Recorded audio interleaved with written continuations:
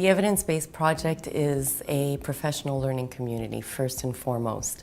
From where a group of like-minded learners and educators. The evidence-based project is really a group of people getting together on an ongoing basis to learn about all of the techniques or of all the procedural things that are involved in looking at evidence and using it to inform decision-making and to inform, what to do next. The evidence-based practice project in Quebec is unique to the English community in the province. The main goal is to support the 9 English school boards in the development of an evidence-based approach. The evidence-based approach consists of two branches, basically. So one is the use of data to assess the situation in terms of student success. And on the other hand, it's to select strategies that are proven by research. The project allowed us, educators at this level, to look into research, to look into documentation, to look at different ways of analyzing data, not necessarily what we were experts in. Okay. You're not causing any trouble, are you? No. So now the next thing that we're planning to do at our If you want to get August started workshops. as a team of teachers, the first step is really to define a burning question as a team. So what would be a question of interest for your school team? For example, if you're at elementary school, you always thought that your students were weaker in a given subject. For example, let's say Français langue seconde is a weaker subject. You could start by asking the question, okay, is it true that my students are weaker in Français langue seconde? So that would be the first step, in other words, to start with a question that is exciting. We have 1 and 2.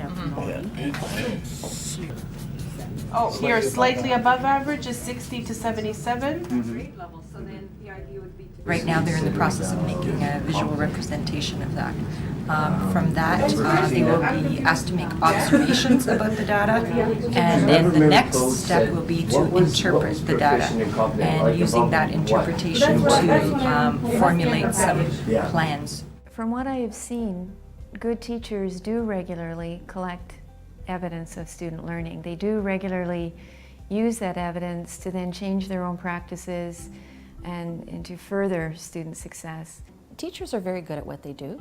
Teachers are smart people, they have a lot of experience, and they might be doing things already that are very effective, but they aren't necessarily proven so far in the research, or maybe there are ways that we can tweak what's happening to make it better. What's missing maybe is a more defined process. The different models that we've been looking at define a process. They give us different distinct steps, and they give us a lot of tools and resources. So I think it gives precision to a process that teachers already do. Lately, there's been a resurgence of, well, what are these best practices? What should we be doing? What do we know after all these years of teaching? What is the best way to teach, for example, children to spell, children to math concepts? What is the best way? We now have research that shows us that.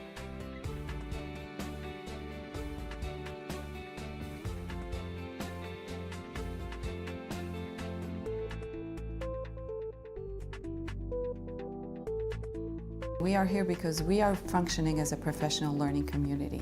So our own initial group of the 9 original school boards with specific players had done some preliminary work, and this time we have added a second group, the second cohort, and it's to expand what we have learned in the last 2 years and share it with a new group and see how it can be, what we've learned and the information we have, how it can be disseminated even more into our school boards. But we knew that this was the way to go, simply because of what we had read about in the literature, that this was really a viable way of doing school improvement.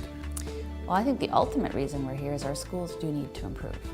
We have graduation target rates that have been set by the ministry. We know that we have a high dropout rate. We know that we're losing students that we don't want to lose, and we have to do something. And we want to do the smart things, and we want to do the right things, So learning more about using data and making smart decisions, it only makes sense.